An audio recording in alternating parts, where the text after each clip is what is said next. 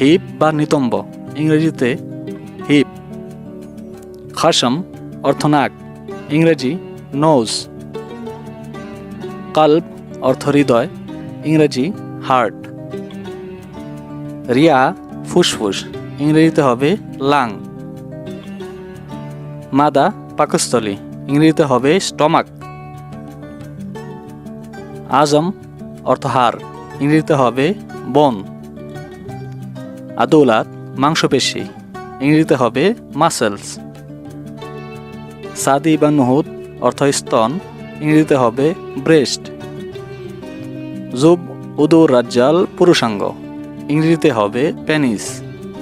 খানা বা ফার্জ নারী প্রজনন অঙ্গ, ইংরেজিতে হবে বালবা অর ভেজাইনা। কুস নারী প্রজনন অঙ্গ, ইংরেজিতে বালবা অর ভেজাইনা।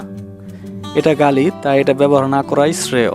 সুধী দর্শক, আজকে আমরা শিখলাম মানবদেহের বিভিন্ন অঙ্গের নাম। ইনশাল্লাহ পরের ভিডিওতে থাকবে অঙ্গ প্রত্যঙ্গ নিয়ে বাক্য গঠন। সেই পর্যন্ত সবাই ভালো থাকবেন।